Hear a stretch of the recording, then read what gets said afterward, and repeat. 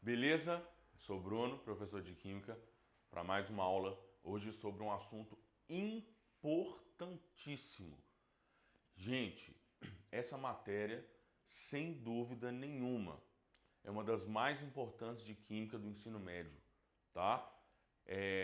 Questões sobre essa matéria caem todos os anos em qualquer vestibular, no Enem, qualquer outro vestibular que tiver, a gente costuma ter sempre uma questão de forças intermoleculares, tá? E detalhe, cai muito inclusive, porque tem uma pegadinha muito grande aqui que as pessoas erram às vezes, que eu costumo falar que é o seguinte: substâncias iônicas, a gente diz que possuem temperatura de fusão e ebulição altas. Porque para poder mudar uma substância iônica de estado físico, eu quebro a ligação iônica. A gente quebra o retículo cristalino. A substância metálica, para mudar de estado físico, também as temperaturas são altas, né? Existem alguns metais que são exceção, por exemplo, o mercúrio, que é líquido a temperatura ambiente, mas no geral a temperatura de fusão e ebulição dos metais é sempre alta também. Porque quando uma substância metálica muda de estado físico, a gente também quebra a ligação metálica. Já uma substância molecular, que é formada por ligações covalentes, as temperaturas de fusão e ebulição delas são relativamente baixas. Mas mesmo assim, eu tenho substância molecular que é sólida a temperatura ambiente, por exemplo, o açúcar. Substância molecular que é líquida, a água. Substância molecular que é gasosa, por exemplo, o gás carbônico. Então, as substâncias moleculares, os pontos de fusão e ebulição são relativamente baixos, só que costuma variar lá dentro das substâncias moleculares. Por quê? Porque o que determina a temperatura de fusão e ebulição dessas substâncias não é a ligação covalente, é uma força que existe entre as moléculas. Por isso são chamados de intermoleculares, tá? Então, são as interações que existem entre as moléculas. O que vai definir essas interações é a polaridade da molécula. Nós já falamos isso numa aula aqui sobre ligação covalente, que é importantíssimo eu saber falar se uma molécula é polar ou apolar. É justamente para poder usar aqui. E o mais importante é que são essas forças intermoleculares que vão determinar as propriedades físicas das substâncias moleculares. Temperatura de fusão e ebulição, solubilidade em água ou em outros solventes quaisquer, tá? E por serem forças que ocorrem entre as moléculas, olha só a importância desse conteúdo. Lembrem que as substâncias orgânicas são moleculares, né? São compostas constituídas apenas por ametais. Então, por elas serem moleculares, essas forças intermoleculares também regem as propriedades físicas dos compostos orgânicos. Então, inclusive, o que mais cai em vestibular disso é na parte de orgânica, para saber se uma vitamina é hidrossolúvel ou lipossolúvel, para saber se uma tinta tem resistência, se ela interage ou não com a água, tá? E isso aqui que vai determinar para a gente. Então, olha só, primeira força intermolecular que a gente vai falar é a interação dipolo-dipolo ou dipolo permanente, tá? Pode aparecer um nome, pode aparecer o outro, pode aparecer os dois, mas saibam que quer dizer a mesma coisa. Trata-se de um tipo de interação que ocorre entre moléculas polares, tá? A gente tem uma aula aqui falando de como analisar se uma molécula é polar ou apolar, tá? É só procurar aí a nossa aula de geometria e polaridade das moléculas.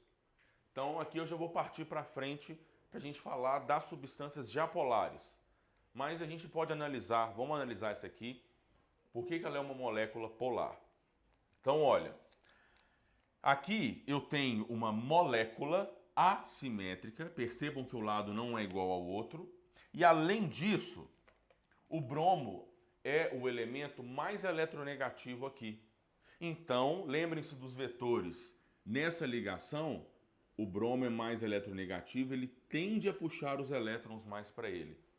Então, além dele já ter uma nuvem eletrônica maior que a do hidrogênio, ele ainda tem a tendência de puxar o elétron do hidrogênio para ele. o que faz com que essa molécula então seja polar. E se ela é polar, é porque ela tem polos, sendo o polo negativo dela no bromo e o polo positivo no hidrogênio. Negativo no bromo, porque ele tende a atrair mais o elétron do hidrogênio para ele, além de ter uma nuvem eletrônica maior. O hidrogênio fica com essa carga positiva, a gente chama isso de carga aparente ou parcial, né? Por que carga aparente ou parcial? Porque o bromo não está ganhando o elétron do hidrogênio. Ele tende a trazer mais para perto dele o elétron do hidrogênio devido à eletronegatividade alta dele. O hidrogênio não está perdendo o elétron para o bromo, como numa ligação iônica. O hidrogênio só tende a ceder o elétron dele um pouco mais para o bromo. Então, negativo, porque além de uma nuvem eletrônica maior, ele ainda rouba o elétron do hidrogênio. Positivo, porque o elétron dele está mais deslocado, né? Está mais localizado para o bromo do que para ele. E, como é uma força entre moléculas, eu vou desenhar duas, pelo menos, para a gente mostrar isso. E essa molécula aqui é idêntica de lá, tem um polo negativo aqui e um positivo aqui. E aí, cargas de sinais opostos se atraem. Então, gente, olha, esse tracejadinho vermelho que eu estou fazendo aqui, isso seria a interação de polo ou de polo permanente. É a interação entre essas duas moléculas. E é lógico, eu estou fazendo dois desenhos para exemplificar, mas, gente, lembra, se eu tenho lá um copo com água e eu tenho sextilhões de moléculas de água, então essa interação ocorre entre todas elas, tá? Detalhe, quando então uma substância molecular polar, por exemplo, o HBr, muda de estado físico, o que a gente quebra é a interação que existe entre as moléculas. É isso que eu quebro para mudar de estado físico. Se eu falo que eu vou quebrar uma ligação covalente, eu estou quebrando isso aqui. E aí o HBr deixa de ser HBr. Quando uma substância muda de estado físico, o que muda é a agregação das partículas. Não muda a propriedade da matéria em si. O HBr não deixa de ser HBr. O que muda é o estado de organização. Lembre que as moléculas ficam mais afastadas. Então eu estou afastando moléculas. Eu estou quebrando uma interação que existe entre as moléculas. Tranquilo? Eu mostrei o exemplo do HBr, mas isso ocorre com todas as moléculas que são polares. E não necessariamente entre moléculas iguais. Podia ser do HBr com uma outra molécula que também fosse polar. Seria o polo negativo de uma interagindo com o positivo da outra. Lembrem que semelhante, por exemplo, dissolve semelhante. Por isso que substâncias polares se misturam. E polar com apolar não mistura, fazendo uma mistura heterogênea no caso. Beleza? Vamos para a segunda então. Próxima força intermolecular é a que a gente chama de dipolo instantâneo, dipolo induzido, ou ainda, muitos já devem ter ouvido falar sobre forças de London ou forças de Van der Waals, tá? É tudo a mesma coisa de dipolo instantâneo e dipolo induzido. Essa é uma interação que ocorre entre moléculas apolares, tá? Lembrem do A de negação, então são moléculas que não têm polos. Por exemplo, peguei aqui o CO2, porque olha, CO2 é uma molécula apolar, vocês podem perceber que é totalmente simétrico, um lado é igualzinho ao outro. Além disso, o oxigênio da direita é muito eletronegativo, puxa os elétrons para lá, o da esquerda também, e aí esses vetores se anulam, tá? Portanto, essa molécula de CO2 é uma molécula apolar. Então, gente, a princípio, se ela não tem polos, ela não tem interação, né? Porque a interação ocorre entre as cargas de sinais opostos. E aqui eu não tenho cargas, já que essa molécula não tem polos. Só que a mágica, percebam no nome da interação, dipolo instantâneo, dipolo induzido. As moléculas, essa aqui é um pouco mais chata a explicação mesmo, tá? Mas vocês vão ver que faz sentido. E o mais importante é o que eu vou falar depois. As moléculas estão em constante movimento no espaço. os elétrons estão em constante movimento dentro da molécula. Então eles estão se movimentando ali dentro, a molécula está movimentando no espaço. E aí, gente, tudo bem, a distribuição dos elétrons aqui dentro, por essa molécula ser simétrica, é uma distribuição uniforme. Os elétrons estão equidistantemente distribuídos ali. Eles estão distribuídos homogeneamente dentro dessa molécula. Mas devido ao movimento dos elétrons dentro de um átomo, ao movimento da nuvem eletrônica dentro da molécula, devido ao movimento dessa molécula no espaço, instantaneamente esses elétrons podem estar mais localizados para um lado do que para o outro. E aí, vamos supor que, por causa do meu desenho, eu estou falando que instantaneamente os elétrons, a nuvem eletrônica do CO2 vai estar mais deslocada para a direita do que para a esquerda. Então percebam um desenho, como se tivesse um fantasma saindo aqui da molécula de CO2. Se a nuvem eletrônica instantaneamente está mais deslocalizada para a direita, esta molécula instantaneamente cria um polo um pouco mais negativo na direita. Porque eu escolhi que os elétrons deslocaram um pouco mais para a direita. E aí na esquerda eu fico então com uma falta instantânea de elétrons, fazendo com que aqui eu crie um polo um pouco positivo. Aí, do lado dela, tem uma outra molécula apolar. E os elétrons estão se movimentando aqui dentro. Quando essa outra molécula apolar sente a aproximação dessa pontinha negativa aqui, cargas sinais opostos se atraem, cargas de mesmo sinal se repelem. Os elétrons que estão aqui dentro sentem a aproximação dessa carga negativa e cargas de mesmo sinal se repelem. A tendência dos elétrons dessa segunda molécula é se afastarem dessa carga negativa que está chegando, fazendo com que eu crie um polo um pouco negativo aqui e um pouco positivo do lado de lá. E aí, se eu tenho cargas e sinais opostos agora, ocorre uma atração. E esse tracejado vermelho aqui agora é a interação de polo instantâneo de polo induzido. Então, gente, percebam o nome. Ela é um pouco mais chata mesmo, mas olha como é que faz sentido.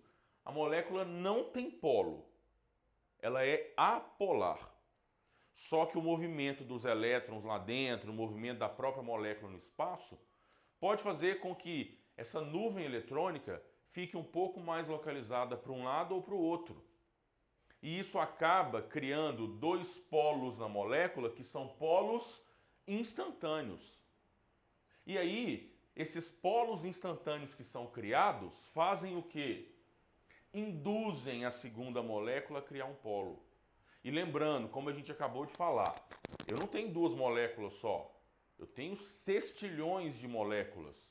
Então isso, aí ela vai induz a essa próxima, que induz a outra, que induz a outra, e vai induzindo e vai induzindo. Aí eu acabo por ter uma interação entre todas as moléculas.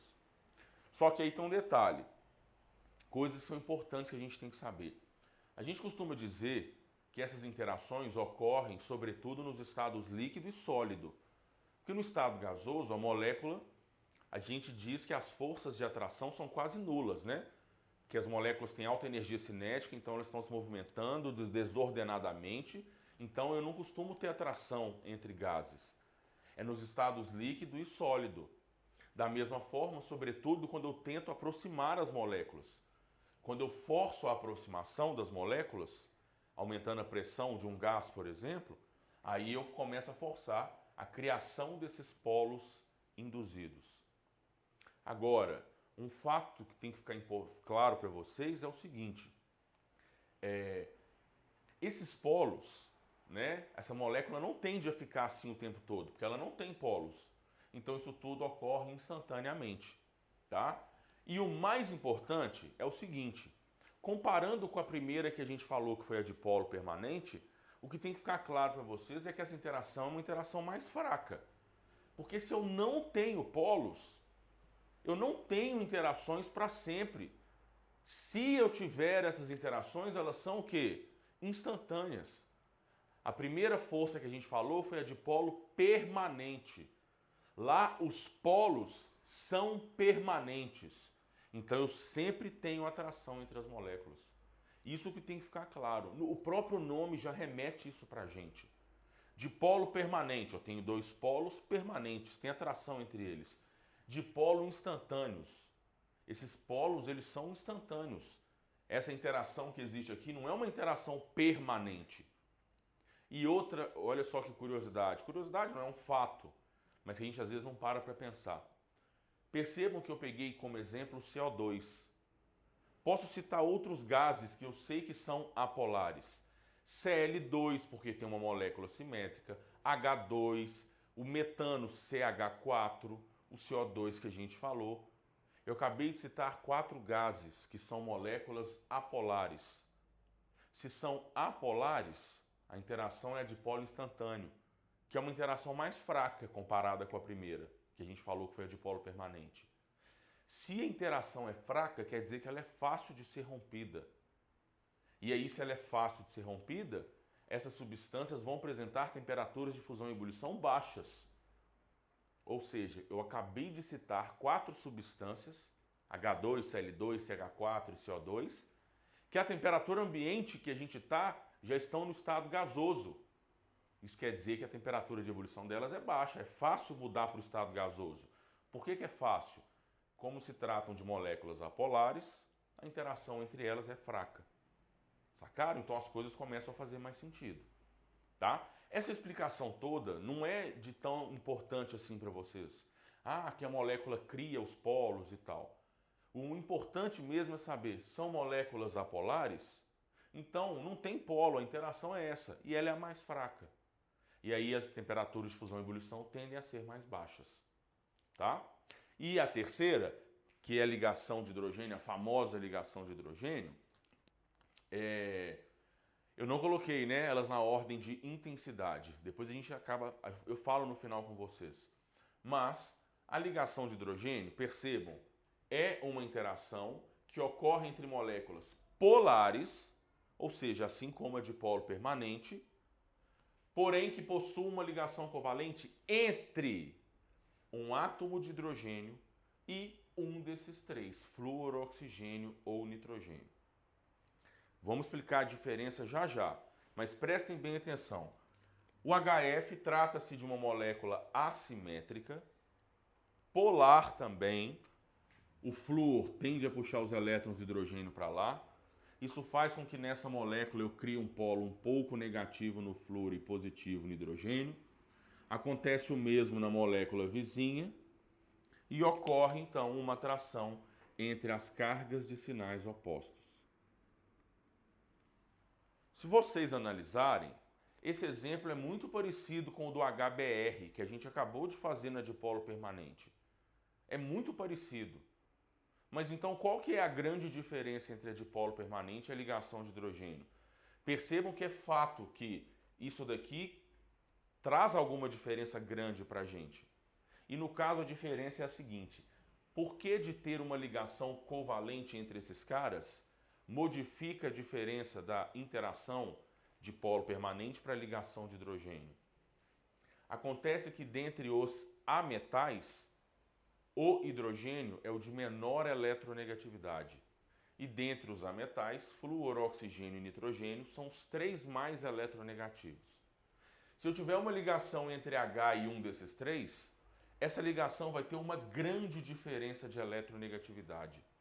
Isso faz com que o flúor puxe muito o elétron do hidrogênio para ele. Isso faz com que o hidrogênio ceda muito o seu elétron para o flúor. E aí, quanto mais o elétron do hidrogênio ficar para o flúor, mais negativo vai ser essa extremidade da molécula.